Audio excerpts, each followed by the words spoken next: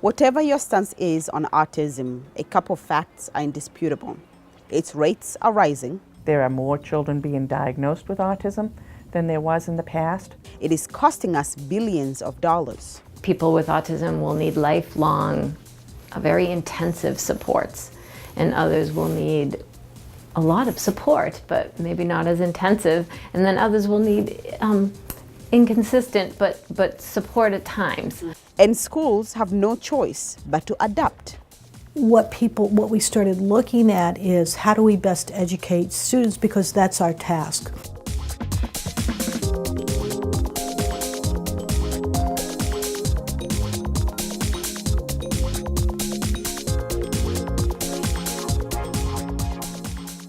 This complex brain condition that encompasses a broad range of symptoms is also the fastest growing developmental disability.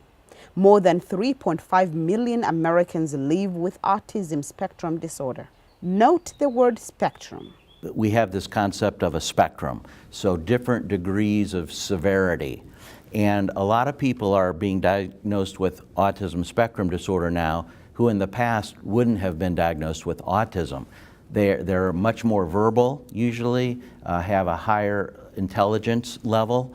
And 25 years ago, we didn't really think of these people that have prominent social impairment as having autism. Autism spectrum disorder, and not autism disorder, was one of the revisions made under the newest Diagnostic and Statistical Manual of Mental Disorder. So, we have this manual in psychiatry called the Diagnostic and Statistical Manual of Mental Disorders. And there have been up to 5 editions. And in DSM-4, there were 5 essentially types of autism: autistic disorder, Asperger's disorder, Rett's disorder, childhood disintegrative disorder, and pervasive developmental disorder not otherwise specified. That's all been eliminated. We have one term, autism spectrum disorder. And I think that's problematic. Problematic, such as the number of special needs students are soaring. As the numbers rise, and so are the costs, and the schools are facing the brunt of it. So no matter what a student comes to us with, our job as a public educational system is to provide the least restrictive environment. It costs $8,600 extra to educate a child with autism. Some students that are special education or with disabilities do need more resources to have their playing field level, because that's really our benchmark. We want every student to be able to access the curriculum at their level. And so for some students, we may need more resources to help support them so they can access curriculum, whereas others don't need as much. Factoring services and education, a child with autism averages more than $17,000 per year, with schools footing a large chunk of that bill. And certainly with numbers of special ed students that we have in Wareham, it does take a portion of our budget. Children with autism grow up and become adults with autism, which means that age isn't the key towards independence. Entitled services qualify up to age 22, while autism is a lifelong disability. So what is the ARC doing with that, or where's your primary focus? That's a great question, yeah. So our focus actually has been specifically on those transitioning from entitlement services in the school system into the adult world.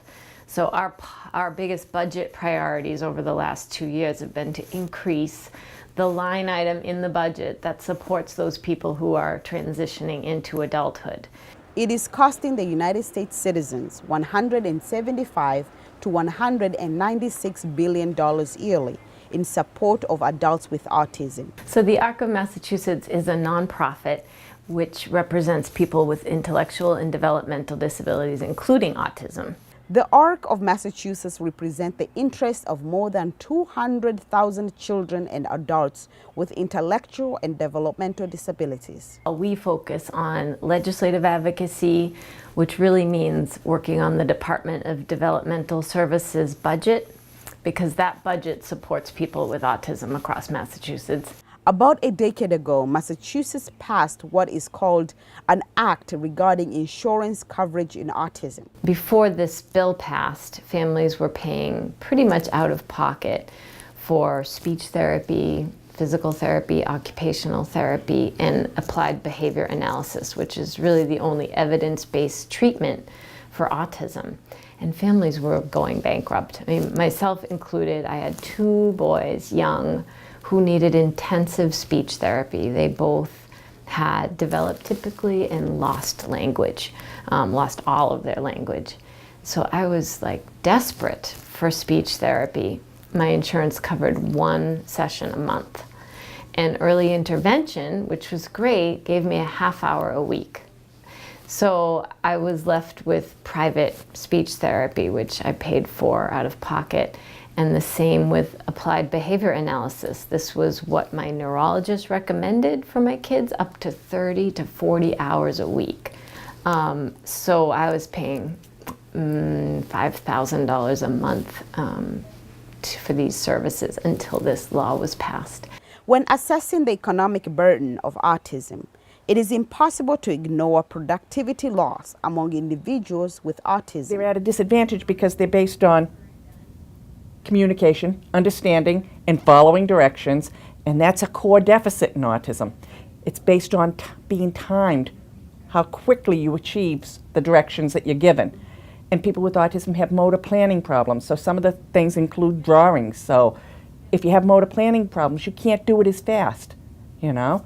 It's like setting people in wheelchairs on the starting line with, you know, all the able runners and saying go at the same time and saying, wow, they didn't come in very fast, did they? You know? Only about 20% of young adults with ASD worked full-time at either a current or most recent job, and their average pay was only $8.10 an hour. So a lot of people consider autism a deficit, but people today talk about autism as another form of diversity. It's called neurodiversity.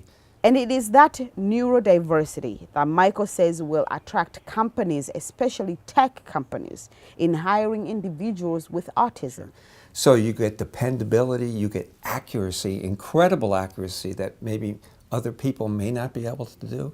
And again, everybody's different, but a person who can point out mistakes, can point out errors, can keep things in a rigid framework.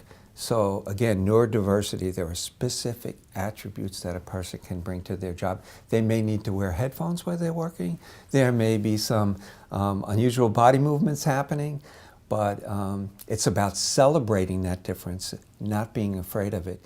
HMEA, in collaboration with EMC, have been running the Autism Advantage at Work, an initiative that works to invest on skills and potential of high-functioning individuals with ASD. Michael explains the cohort model inspired by the Arc of Philadelphia. So the way the cohort model works is that people spend time going through a very specific curriculum that's been developed over 3-4 years. It's the soft skills, it's work behavior, it's about, you know, getting to work on time, it's where things are in the environment. And during that time, people will also be working on very specific projects.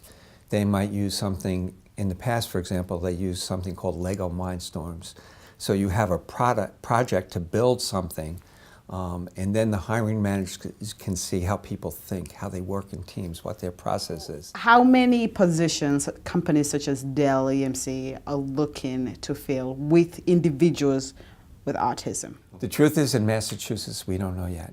Funding for this program comes from various pockets, including grants, the Healthcare Foundation of Central Massachusetts, banks, and state agencies, and hoping that in the future, the program may secure funding from corporations. Looking at most job applications or qualifications, they ask for somebody to work independently. Businesses love that quality.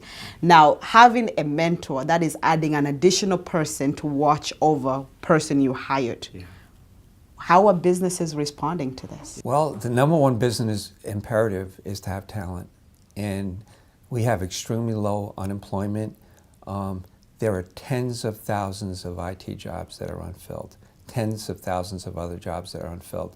So the benefit to the company is huge. Apart from the stigma, most corporations are turned off by the cost associated with training an individual with ASD. In 2002, per $1 earned, ASD cost vocational rehabilitation $26.74 in training. But Michael says that this is an investment well spent. Let's stay with the major corporations for a minute. It's really a triple win. It's the person with autism. They get an employee that they couldn't fill. They have thousands of openings. And third, the person then no longer needs public assistance. So it's really a triple win, and there's been some research about that. But in general, people need employees. We have a company right over here, Tegra. It's a small company. It's a medical device company. And right after we held an autism summit, they met someone with autism there, and they hired the person.